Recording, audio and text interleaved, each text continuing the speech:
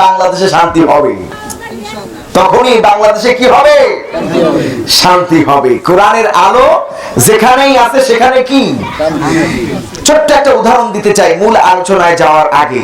এই যে আমরা যে কয়জন লোক এখানে বসে আছি, এটা যদি বিএনপি অথবা আওয়ামী লীগ অথবা জাতীয় পার্টি অথবা অন্য কোনো বাম দলের কোন রাজনৈতিক মিটিং হতো, এইরকম সুশৃঙ্খল সুন্দর করে বসে থাকার পাবলিক একজন ওখানে থাকতো না।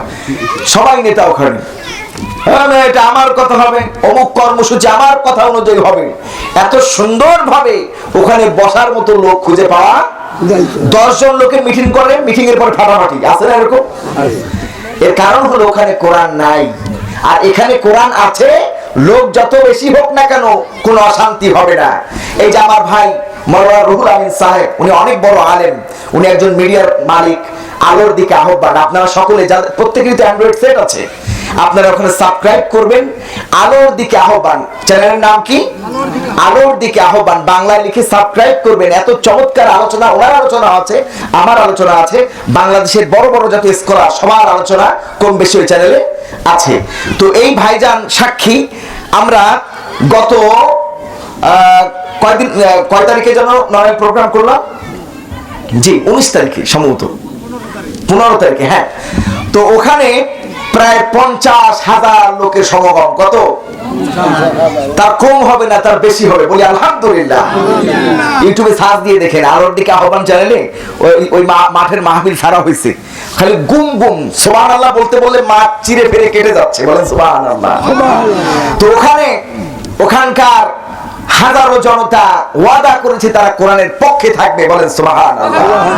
ওই যে 50,000 লোকের যে জামায়াত হলো, কোন একটা টু শব্দ ছিল না এই মাঠে, খালি দুটো শব্দ হতো, সুবহানাল্লাহ আলহামদুলিল্লাহ, বলেন আলহামদুলিল্লাহ। এটা সম্ভব শুধুমাত্র কোরআনের মাজলিসের কারণে, বলি আলহামদুলিল্লাহ। ভাইরা আমার, আমি ভূমিকার কথা বলবো না, কিছু কথা বলতে চাই যা আমাদের পরকালীন জীবনের জন্য কাজের হবে। শুনতে রাজি আছেন তো ইনশাআল্লাহ? সূরা আল বাইয়িনা থেকে আজকে আলোচনা করতে চাই। বাইয়িনা শব্দের অর্থ হলো প্রমাণাদি। বাইয়িনা শব্দের অর্থ কি? প্রমাণাদি, বা এটাকে বলা হয় যে নবুয়ত প্রমাণ করার জন্য যে দলিল পেশ করা হয় তাকে বলা হয় আরবিতে বাইয়িনা। কি বলা হয়? বাইয়িনা। বিশ্বনবী জনাব মুহাম্মদ রাসূলুল্লাহ সাল্লাল্লাহু আলাইহি ওয়াসাল্লাম থেকে শুরু করে হযরত আদম আলাইহিস সালাম পর্যন্ত পৃথিবীর বুকে যত নবী এসেছেন প্রত্যেকটি নবীকে আল্লাহ পাক বাইয়িনা দান করেছেন, বলেন সুবহানাল্লাহ। ভাইরা আমার, বাইয়িনা কি জিনিস? হযরত আদম আলাইহিস সালাম থেকে শুরু করে আল্লাহ রাব্বুল আলামিন বিশ্বনবী জনাব মুহাম্মদুর রাসূলুল্লাহ সাল্লাল্লাহু আলাইহি ওয়াসাল্লাম পর্যন্ত যত নবী রাসূল এসেছে প্রত্যেককেই আল্লাহ পাক বাইয়িনা দান করেছেন। তিনি যে নবী, তিনি যে রাসূল, এটা প্রমাণ করার জন্য আল্লাহ রাব্বুল আলামিন তাদেরকে উত্তম চরিত্র দান করেছেন, উত্তম ব্যবহার দান করেছেন, আর পাশাপাশি মুজিজা দান করেছেন, বলেন সুবহানাল্লাহ। হযরতে আদম আলাইহিস সালাম, আল্লাহ রাব্বুল আলামিন হযরতে আদম আলাইহিস সালামকে এমন মুজিজা দান করলেন, হযরতে আদম আলাইহিস সালাম সকাল বেলায় বীজ রোপণ করতেন আর বিকেল বেলায় পাকা ধান কেটে বাড়ি নিয়ে যেতে। ভাইরা আমার, হযরতে নূহ আলাইহিস সালামকে আল্লাহ রাব্বুল আলামিন মুজিজা দান করলেন। হযরতে নূহ আলাইহিস সালাম, আল্লাহ রাব্বুল আলামিন যখন নূহ আলাইহিস সালাম আল্লাহর কাছে চোখের পানি ছেড়ে দিয়া বললেন, আর রব্বুল আলামিন, আমার জাতি, আমার কওম আমার কথা শুনে না, কি করব? আল্লাহ তুমি এদেরকে হেদায়েত দাও, না হয় শাস্তি দিয়া সোজা করে দাও।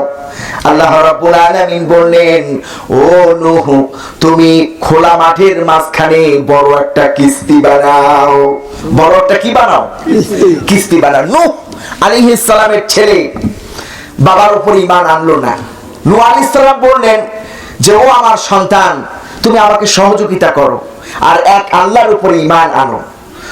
তখন ওই ছেলে বলল যে, আব্বা তুমি ফাঁকা মাঠে নৌকা বানাও, আশেপাশে কোনো খাল নাই, বিল নাই, তোমাকে তো মানুষ পাগল ছাড়া আর কিছু বলবে না, তোমাকে মানুষ পাগল ছাড়া আর কিছু বলবো না। একটা কথা হলো, ফাঁকা মাঠে আমাদের দেশের নৌকা কোথায় বানায়? নদীর পাড়ে বানায় অথবা খাল পাড়ে বানায়, যাতে করে নৌকা বানানো হলে ঠেলা দিয়া খালে নামানো যায়, ঠেলা দিয়া নদীতে নামানো যায়। তো মুসা আলাইহিস সালাম এমন মাঠে, হযরতে নূহ আলাইহিস সালাম এমন মাঠে নৌকা বানাচ্ছে যার আশেপাশে কয়েক কিলোমিটারের মধ্যে কোনো নদী নাই, খাল নাই, বিল নাই। লোকেরা বিভিন্ন রকমের অপমান সূচক কথা বলতে লাগলো। এদিকে কাফেররা সেই বিশাল নৌকা, বিশাল কিস্তি পায়খানা করে একেবারে লোড করে দিল। নূহ আলাইহিস সালাম বললেন, আল্লাহ এই ময়লা কিভাবে সাফ করব? আল্লাহ পাক বলছেন, নূহ দেখো আমি কি করি। ভাইরা আমার, এক বৃদ্ধা মহিলা কাফের, সে ওই কিস্তির মধ্যে পায়খানা করার জন্য গেল। সে উল্টি খাইয়া যখন ওই কিস্তির মধ্যে পড়ে গেল, সঙ্গে সঙ্গে সে 16 বছরের যুবতী হয়ে গেল। এই কথা যখন সে প্রচার করতে লাগলো, আমি নূহ কিস্তির মধ্যে পড়ে বৃদ্ধা মানুষ যুবতী হয়ে গিয়েছি, এই কথা শুনে এলাকার সব বুড়োরা চেটে পুটে নূহ আলাইহিস সালামের কিস্তি পরিষ্কার করে দিল। সুবহানাল্লাহ। ভাইরা আমার, আল্লাহ রাব্বুল আলামিন নির্দেশ করলেন, ও নূহ, পৃথিবীর বুকে যত প্রাণী আছে এই সমস্ত প্রাণী থেকে জোড়ায় জোড়ায় তোমার কিস্তিতে তোলো।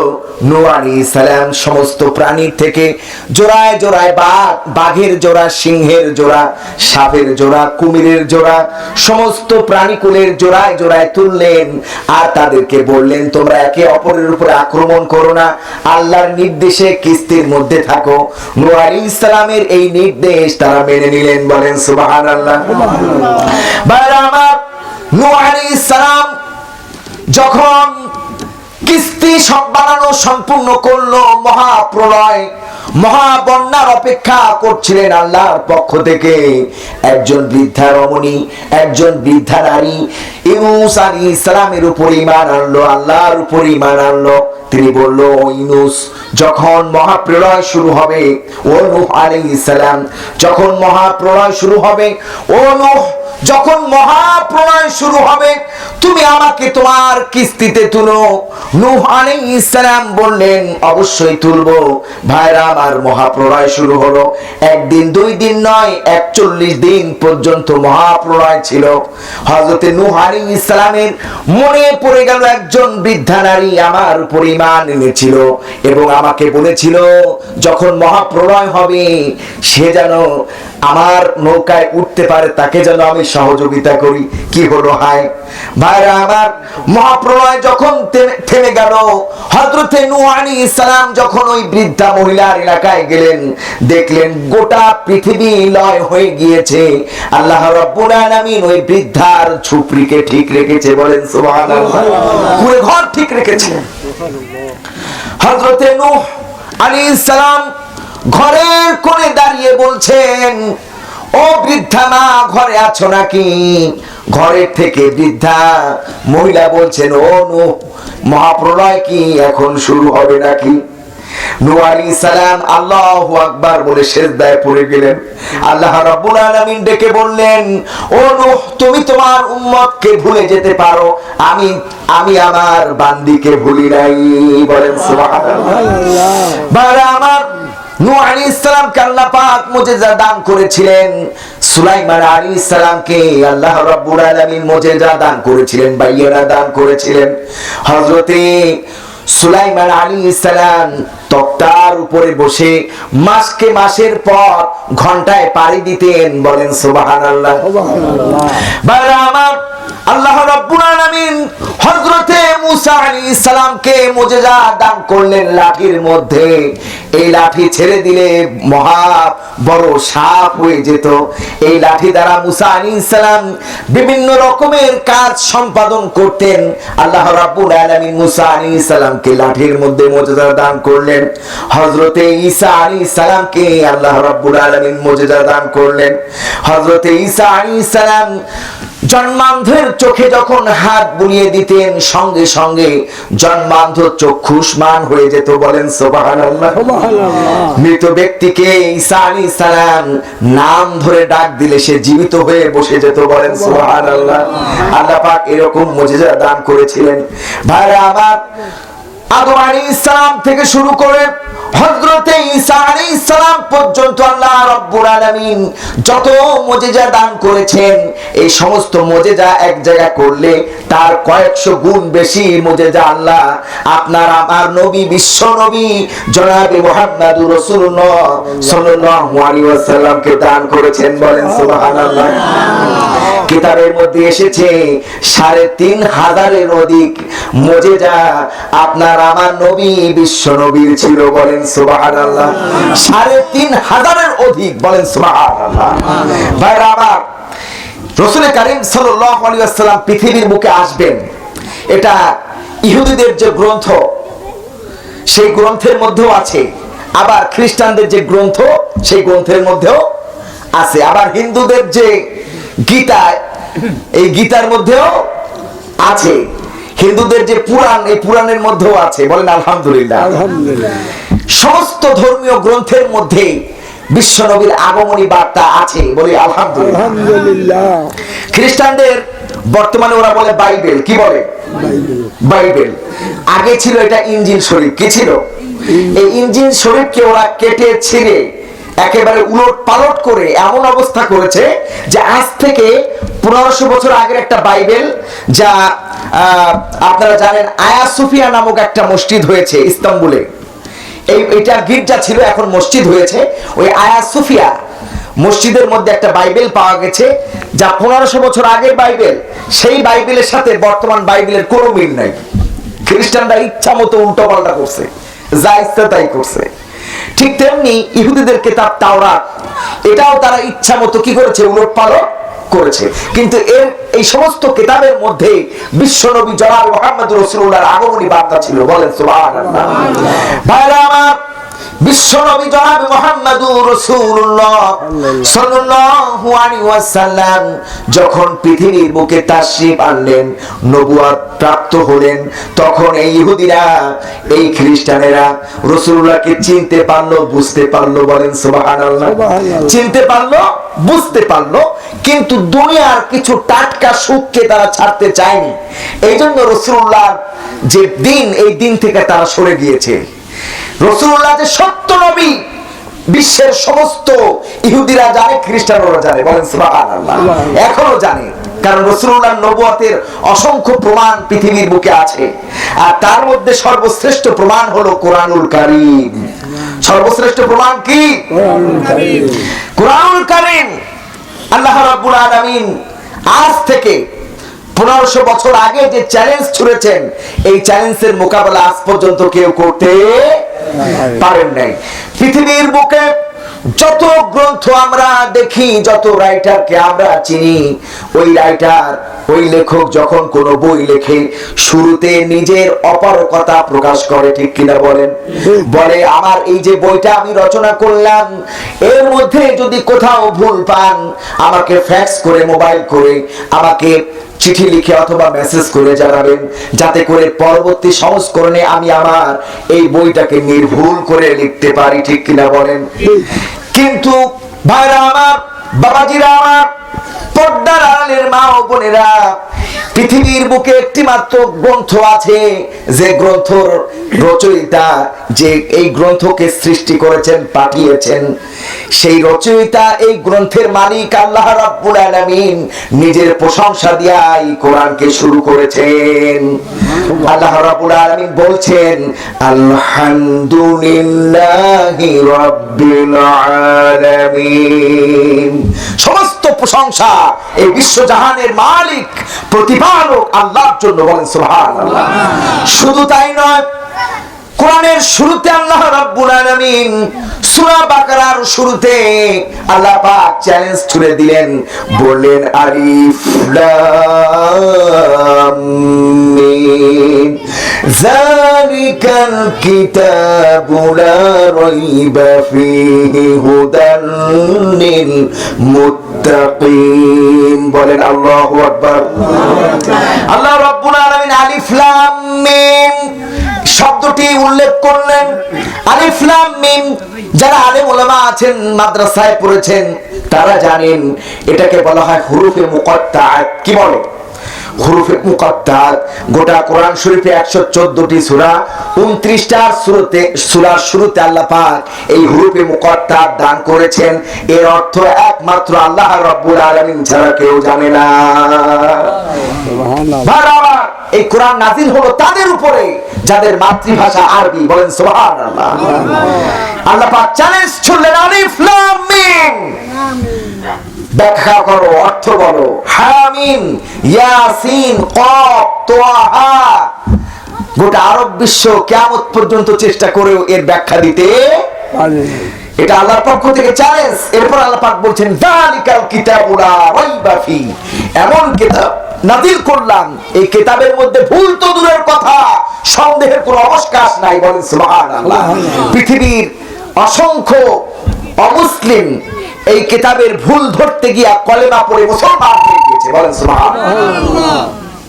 ভাইরা আমার, আল্লাহ রাব্বুল আলামিন বিশ্ব নবী জনাব মুহাম্মদুর রাসূলুল্লাহ সাল্লাল্লাহু আলাইহি ওয়াসাল্লামকে যত মুজিজা দান করেছেন, তার মধ্যে সর্বোত্তম মুজিজা হলো কোরআনুল কারীম। বলেন সুবহানাল্লাহ। ভাইরা আমার, এই কোরআনুল কারীমের মধ্যে আল্লাহ রাব্বুল আলামিন অসংখ্য নিদর্শন রেখেছেন, জানিয়া গবেষণা করলে আমাদের ঈমান সাদাতুম ঈমানা, আমাদের ঈমান বাড়তেই থাকবে। বলেন সুবহানাল্লাহ। ভাইরা আমার, বিশ্বনবী জনাব মুহাম্মদুর রাসূলুল্লাহ সাল্লাল্লাহু আলাইহি ওয়াসাল্লাম যখন দ্বীনের দাওয়াত দেওয়া শুরু করলেন, তখন এই কাফেররা বলতে লাগলো, আব্দুল্লাহর পুত্র মুহাম্মদ, তুমি তো আমাদের মাঝেই বেড়ে ওঠা কুরাইশদের একটি সন্তান, তোমার বাপ দাদা 14 গোষ্ঠী কুরাইশ বংশের অধিকাংশ লোক 360টা মূর্তিতে বিশ্বাসী, আর তুমি এখন বলছো এক আল্লাহ। এটা একটা কথা হলো? আবার তুমি বলতেছো পরকালের জীবন আছে, এই দুনিয়ার জীবনের শেষ কথা শেষ নয়। এটা একটা কথা হলো? আল্লাহ পাক বলছেন, আরাআইতাল্লাযী ইউকাযযিবু বিদ্দীন। ও নবী, আপনি কি লক্ষ্য করেননি আপনার ব্যক্তিগত কোনো ব্যাপার নিয়ে ওই কাফেরদের কোনো প্রশ্ন ছিল না, কারণ তারা আপনার শৈশব দেখেছে, কৈশোর দেখেছে, যৌবন দেখেছে, তারা আপনাকে আল আমিন উপাধি দিয়েছে। কিন্তু তাদের একটি সমস্যা হলো, তারা পরকালের জীবনকেই অস্বীকার করে। তারা পরকালীন জীবনকেই অস্বীকার করে। কাফেরদের প্রধান সমস্যা হলো যে আল্লাহ পাক যে আবার জিন্দা করতে পারেন, এই কথা তাদের মাথার মধ্যেই ঢোকে না। ভাইরা আমার, আমরা যখন কবরে আল্লাহর কোন বান্দা বান্দিকে রাখি, কি বলে আমরা মাটি দেই? মিনহা খলাকনাকুম ওয়া ফিহা নুঈদুকুম ওয়া মিনহা নুখরিজুকুম তাওরাতান উখরা। বলেন আল্লাহু আকবার। আল্লাহ রাব্বুল আলামিন বলেন, ও বান্দারা, যখন তোমরা মাটি দিবা, এই দোয়া পড়বা আর এভাবে বলো, ও আল্লাহর বান্দা, তোমাকে এই মাটি দিয়ে তৈরি করা হয়েছিল, এই মাটির মধ্যে তোমাকে রেখে যাওয়া হচ্ছে, এই মাটি থেকেই আল্লাহ রাব্বুল আলামিন তোমাকে জিন্দা করবেন। বলেন সুবহানাল্লাহ। ভাইরা আমার, এখানে গ্রামগঞ্জের মানুষ, অধিকাংশ মানুষ তো কৃষি কাজ করেন, লক্ষ্য করে কি দেখেন না, একটা আলু যখন পচে যায়, নরম হয়ে যায়, অসংখ্য চারা বীজ সেই আলুর গোড়া থেকে বের হয়, ঠিক কিনা বলেন? ওই বীজগুলো যখন বপন করেন, অসংখ্য ভালো ভালো আলু আল্লাহ রাব্বুল আলামিন ওই পচা গান্দা আলু থেকে বের করে দেন। বলেন সুবহানাল্লাহ। যে আল্লাহ রাব্বুল আলামিন পচা গান্দা আলু থেকে নতুন আলু বের করতে পারেন, আল্লাহ রাব্বুল আলামিন আলামিন বলেন, ও দুনিয়ার মানুষ, তোমরা যদি মরে গিয়া মাটি হয়ে যাও, আবার মাটি থেকে পাথর হয়ে যাও, এরপরও আল্লাহ রাব্বুল আলামিন তোমাকে জিন্দা করবেন। বলেন সুবহানাল্লাহ। এরপরও আল্লাহ পাক তোমাকে জিন্দা করবেন। বলেন সুবহানাল্লাহ। ভাই আমার, কবরের জীবন এটা জানতে ইচ্ছা করে না কেমন হবে? নতুন কিছু তথ্য দিতে চাই। কবরের